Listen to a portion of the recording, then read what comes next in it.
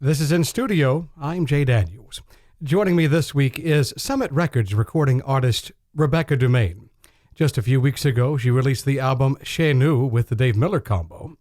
Music has always been a part of Rebecca's life, long before she started her jazz career. She shares some of those stories with us during this special conversation. Rebecca, music really is something that runs in the family for you. And over the past several years, you've released 5 albums for Summit Records with pianist Dave Miller, and both of you share a very unique bond. Tell us about how you two know each other, and also how did he influence you and your love for this music? Well, funny you ask. Dave Miller happens to be my dad. So I grew up listening to George Shearing when I was falling asleep when I was, 5, 6 years old. He would be sitting at the piano and playing music, often with the lights out, because he liked to imagine that he was George Shearing himself, who was, of course, born blind. Yes. So I listened to jazz from as far back as I can remember. So it's in my blood. Who were some of the performers that really spoke to you the most during those early years of your life? For sure, George Shearing, because that's who my dad idolized. But I, of course, was drawn to the singers, Nat King Cole and Frank Sinatra in terms of the guys. But Nancy Wilson was one of the first voices that really just sent shivers up my spine. Peggy Lee and Blossom Dearie, 2 of my favorites, for sure. And Ella. Ella's, Ella. Well, Ella's the gold standard, I think. So She's the gold standard for sure. Yes, absolutely. But you bring up Nancy Wilson. What was it about her particularly that really spoke to you? I mean, she was one, as far as from what I know about her music, she not only did jazz, but also pop and R&B. She was very well-rounded. She did. It's interesting. Yeah, she did not like to define herself as a jazz singer per se, but it was, of course, her jazz work that spoke to me. There's something her early stuff was almost verging on sharp, it was so piercing. And that sound, there was just something about her sound that awakened something in me. And it's funny, I've always, as I've become more and more who I am as a jazz singer, I kind of use her as the standard of, wow, you turn on the radio and you hear Nancy Wilson, it's Nancy Wilson. Sure. Do you know what I mean? She has such a specific sound. So, yeah, she's definitely an idol. But for you, it wasn't just people like Nancy Wilson and Nat Cole. It was the songs that they sang, specifically from the Great American Songbook. How would you define that connection between you and the songs as you heard them? Yeah, well, so my background didn't start in music, even though I grew up with music. I was bathed in music. I did shows in school and in high school, but I went off to college to study acting and words, and language. My mom was a French teacher, and I actually grew up thinking I was going to be a French teacher, just like my mom. So language and sound has always been a passion of mine, and I love the stories of these songs from the Great American Songbook. Those are really kind of what hook me in when I'm looking for new old songs, if you will, to kind of make my own. So yeah, it's the stories and, the connection, the personal connection to these words as if the story is mine. And you had mentioned that you went to school for acting, for drama. In fact, I believe you attended down at Duke University in Durham, North Carolina. So what was your intent? What were you going to do when you grew up? When you were in college, what was your thought that you wanted to do at that point? I was going to be an actor. And I was an actor for many, many years. I worked professionally for many years in New York and regionally. So I studied acting and French at Duke, moved to New York as soon as I was done, got my equity card, went all over the country, really, acting in Shakespeare festivals and regional theaters. And then, of course, in New York as well, voiceover work, some soap opera silliness. And I did that for a long, long time. And I went back to get my MFA in my late 20s. And while I was there, I started teaching in order to supplement my tuition. And I fell in love with teaching. teaching speech and teaching voice, not singing, but voice for actors, Sure. which is something that I still do to this day. But that was my path. I was going to be an actor. I was going to be on Broadway. That's what I wanted to do. And it's funny, when I became pregnant with my first child, I have 2 kids, something happened. And I just thought, I don't want to do this anymore. I don't want to be in rehearsal away from my child. And it was when I was pregnant with my son that I started singing again. With my dad, he would come to New York. We did a couple of gigs in New York, and I just thought it was just fun. And something changed and shifted in me, and I was like, oh, this is what I want to do now. It just happened when I was pregnant. I don't know, it was this weird sort of visceral thing that happened in my body, and I thought, wow, okay, I think I'm old enough and seasoned enough now to get jazz. Yeah. You know, it's hard to be a kid and get jazz, even though my son, who is an old soul, totally gets jazz. But that's a unique kind of being. But you couldn't just make a straight transition from being in acting, being on the stage. It was hard, I would suppose, to make a full transition from being Yes. an actor to being a jazz artist. So what were those steps that you had to take? And I'm thinking that Great there might have been question. some training Yeah. along the way you wanted to receive too. Absolutely. Yes. So I'd had some vocal training along as I was acting, but it's funny, the Broadway musical voice work was never really my thing. I always felt like I was putting a voice on, and I felt distance from myself. Yeah. The vocal work that I do as a teacher actually was a really wonderful sort of bridge between the acting world and the singing, the jazz singing, because it's all about speaking from your true authentic self. And I feel that my style is very much almost like me having a conversation with my audience. And so, yes, I had some vocal training in the jazz world with Madeline Eastman, who's a San Francisco jazz artist, with Kitty Margolis, who's also a San Francisco jazz artist. And I went to the Stanford Jazz Institute, the summer training, when I first moved out. So I was in New York for 18 years, moved to the West Coast, back to my roots in 2010. And, you know, it was a big transition. I was leaving my life and my job in New York City. I was teaching at the Actors Studio. I was really entrenched in my life there. And so I took a summer and I studied at Stanford, and I thought, okay, this is cool. So I studied for a few years with some jazz teachers, and then I really just learned on gigs. You know, I started playing with my dad's trio, and it was terrifying because I didn't know what my sound was. You know, I really had to just fall on my face and go, oh, that worked. Oh, that didn't work. I had to really study how to improvise. I mean, I knew how to improvise as an actor, but I didn't really know how to improvise as a singer.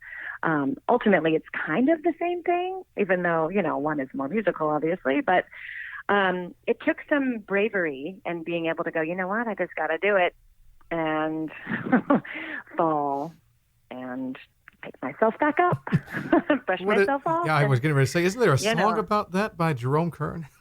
I think there is, yeah. Yeah. Our guest on In Studio is vocalist Rebecca Dumaine, and she and her collaborator and also dad, Dave Miller, have released the new album, Chez Nous.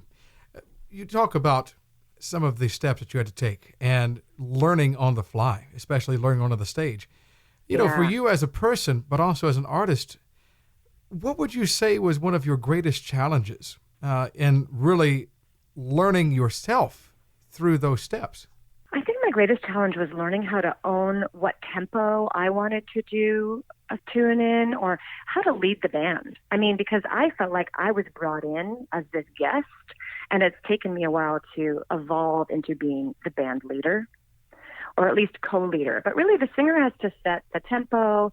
My dad and I both arrange all the tunes that we do, and that's really fun because we have our own shorthand. But it's taken me a while to kind of have the ownership to go, okay, I deserve to be able to do this now. Do you know? I was definitely tentative the first couple years of performing. Like, I just should be so honored to be here, and so whatever tempo they set, I'm just going to go with it. And then finally I was like, wait a minute, no, actually, here's how I hear it. Here's how I feel it. But it, you know, it took some while for me to get a little bit seasoned in order to have the balls, if you will. I hope I can say that on radio. We'll allow it this one time. To tell people what I wanted to do. Okay. But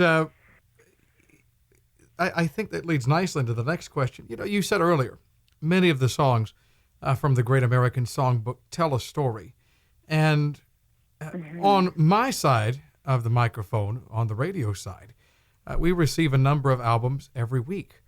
And there are many songs from the songbook, but a number of them have been covered countless times. And the question that I have to ask is, how do these recordings by this particular artist, what sets them apart? And my question for you is, as you have developed your skill, as you have learned to take charge, as you said, how do you feel that with these stories, these songs, how do you feel that your work, your performance helps to add to that conversation?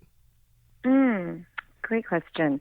I love being able to, so recording in a studio is very challenging because you don't have the live feedback of being right in a jazz club.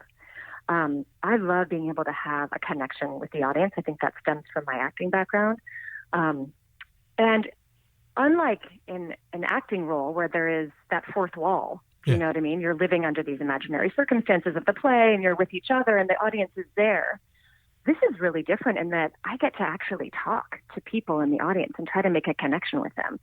So for me, that really is very helpful because I get to land these words or these moments on people. And I don't care if they, respond or not, but oftentimes I can see these words dropping into them. Yeah. You know what I mean? And so I feel like there is an exchange that is happening, which keeps it really alive and very much in the moment, which is a beautiful, beautiful place to be because we're all so programmed now to get everything done so quickly. And we're always 5 steps ahead of ourselves because we have to be in this digital age. So for these moments, you're really there in the moment with each other. And that really helps. That helps keep the story's alive for me. Well, if you need someone to sit in the studio to help with reaction, just to sit there like a cranky audience member, I'll be happy to come out. Exactly. We want to do a live recording because I think that would be so exciting to be able to have that connection in addition to, all the recording devices. It's interesting. There are a lot of genres of music where most people would prefer the studio recording of a certain song. Yeah. And yet in jazz, you mentioned Ella Fitzgerald, Nancy Wilson, several vocalists.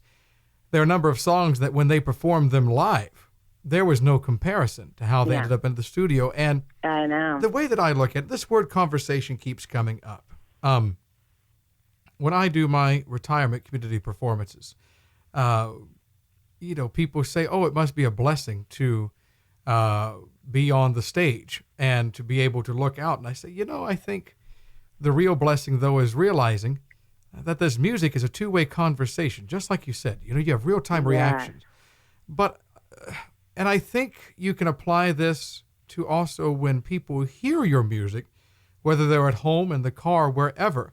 When you look at a piece of art on the wall, it doesn't talk back or anything. And yet, music is an ongoing conversation. And in person, as you mentioned, you can see their reactions, whether they, smile, whether they cry, whatever. You can see them sing along. You can see them move. And it's almost as though you and the listener are talking back and forth the entire time. And the impression I get when I listen to your album, Chez Nous, which you recorded with Dave Miller and the Combo, the impression that I get is it's it's a fun album. You are enjoying yourself while also wanting to share that fun, that brightness with the listener. Each of your albums that you've come out with over the past few years, this is the 5th for Summit now, each have sort of a different feel and they showcase a different side of your personality and your musical prowess. So what was the idea going into Chez Nous when you came up with the concept for the album? I think for me, I'm always looking for gems in the songbook that are not overly done. I mean, there are a handful of tunes that are probably recognizable, but I'm looking for tunes that are lesser known. So that's been a through line for me for a lot of these albums, quite frankly. For this one, gosh, it's been such a dark period in our country for the last few years, at least that's my feeling from this end. And I wanted to find tunes that could carry us away from the insanity, national and global insanity, and remember, gosh, what it is like to, like, for instance, the tune, the Ruby Bloom tune, Give Me the Simple Life. That's kind of become my motto.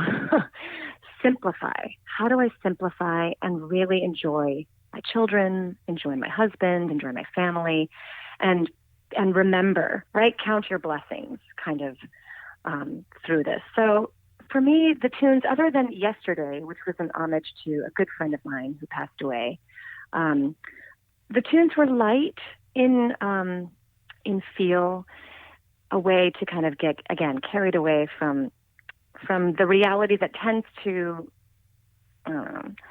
bring us down. You actually pay tribute to a couple of things from your past, from when you were growing up with music. We talked about these previously. The cover of the album is a great tribute to the Capitol album featuring George Shearing and Nancy Wilson, The Swingin's Mutual from 1961. And you have your dad, who is the pianist Dave Miller, and as you mentioned earlier, he loves to think of himself as George Shearing from time to time. So he has the shades on, and he has your album. He has your album in his hand, and on the other side, you're playing the part of Nancy Wilson, and you have his album in your hand. But there's also something very special about the title of the album, Chez Nous. And you know quite a bit of the French language. You speak the French language, obviously. So tell us what the significance of the album title is. So Chez Moi is one of the tracks on our album. So I wanted to do kind of I wanted to find at least a play on one of the tunes for the title of the album. But Chez Nous means at our house. And of course it was at our house where I learned not only about jazz, but also about French. So it's sort of this wonderful culmination of my influences growing up. My mom is a French teacher, and my dad is a musician. And so in our house, there was always language, there was always music. And so it's an homage to my upbringing and to the influences, my two greatest influences, my mom and my dad. And you know something, that's a gift to be cherished for some time. Our guest on In Studio is vocalist Rebecca Dumaine. We're talking about her latest release, Chez Nous, with her dad, Dave Miller, and the Dave Miller combo. It just came out, actually, on June the 9th, I believe it was, so not too terribly long ago. Yeah, June 7th, I think. Yes, thank you. At least someone has the dates correct around here. I've got to fuss at my secretary again. It's all good. But I could ask you, what do you hope the listener gains from this album? But I'm going to turn the question around. When you listen to the album, we've talked about your intent, but when you listen to the album and you hear yourself and you hear the players, what do you take away from all of that? Gosh, it's such a fun thing to think about. Gosh, it was just so much fun to do. Of course, you know how long it takes to produce an album. It's like last summer was when we were in the studio, and then it's this summer when it finally comes out, right? There's so many different components coming in. I love that we took a lot more risks in terms of, I did some scatting on this one and some unison stuff with Dave, which is always a blast. And we brought in Brad Busey on guitar on a handful of the tracks, which is a lot of fun. So I don't know what I think about, because it's a weird thing to listen to oneself. Although when I hear myself played on the radio, it's so delightful. My daughter was in the car the other day, and one of my tracks came on, and she's like, "Mama, it's you." That's so joyful, right? Gosh, I don't know what I think about. I think that was a beautiful moment in time. Of course, the tunes have evolved since we've recorded them, and again, recording is different from live. So I think back to, I really like what I did there, or wow, I've really changed where that tune is going since we've recorded this. I don't know. It's like it's an evolution. They're stuck in time, of course, when they're recorded. So that can always be a great thing, or like, oh man, I wish I'd done something different there, But I feel really proud of this album. I'm really happy with how it came out, and I'm just excited to keep doing more. And you mentioned your daughter, and I don't want to delve too deeply into your personal life. However, we know that it's a great struggle, maintaining a performing career and also taking care of your family. And you have a husband, 2 children. What is their role in all of this? Because obviously they enjoy hearing their mother. They enjoy seeing all the things that happen. Where do they fit into this equation? And where do you fit in, or where does your music fit into that equation? Maybe should be my question. Yeah, I know. It's a juggle. This is, I was an actor for many years. It's a scrappy lifestyle. And you gotta, the music, if I didn't have this music, I think I would shrivel up and die. It's one of those things where I need it in order to live. So we always have music playing. Both of them play music. My son plays jazz piano, and he also sings. And my daughter plays the drums, and she sings as well. Both of them are really into performing. So there are a couple venues where actually they can come, if it's not a 21 and over gig, they can come up, and they've come up and they've done a tune with me. So they've been influenced from the time they were little, just like I was. And that's a beautiful thing, to be able to see 3 generations, my dad and me, and then one of the kids on the stage. It's pretty awesome. How do I fit it in? It's just, you have to fit it in. You know what I mean? I teach, I've got kids, I've got my singing career, and I have to make time for each of these things. But I also try to combine them all in that, I bring the music into my home life. I bring my feelings about my family into my interpretations of my songs. So I try not to compartmentalize, but I do, it's a messy existence, but it's sort of beautifully messy. And I think that one definitely inspires the other. Yeah, absolutely. So here's my final question for you. And I like to ask each of our artists this whenever I interview them. And it's a simple yet elusive question, and you're free to answer it however you please. 2 words. Why music? Vibrations are real, and they shift and change the cellular makeup of your being. And so music is one of these tangible intangibles that completely can shift my mindset. Just by putting on bossa nova, I'm completely relaxed. It's like a Pavlovian effect. So I need it. I need it to live. I don't know. I've never known anything but music, because I grew up in this family where music was always playing. So for me not to have it would feel like a piece of me was missing. Rebecca Dumaine, our guest from In Studio on Simply Timeless. She and the Dave Miller Combo have their new album out called Chez Nous. It's available on Summit, and we're proud to feature Track Summit on Simply Timeless. Rebecca, thank you so much for taking the time to stop by and say hello, and hope that we speak again with you very soon. Oh, it was my pleasure. Rebecca Dumaine, our guest for In Studio. More information is available at her website, RebeccaDumaine.com. Be sure and listen for more tracks from the album, Chez Nous, during our upcoming programs from Simply Timeless. Until next time, I'm Jay Daniels, thanking you for joining us in studio.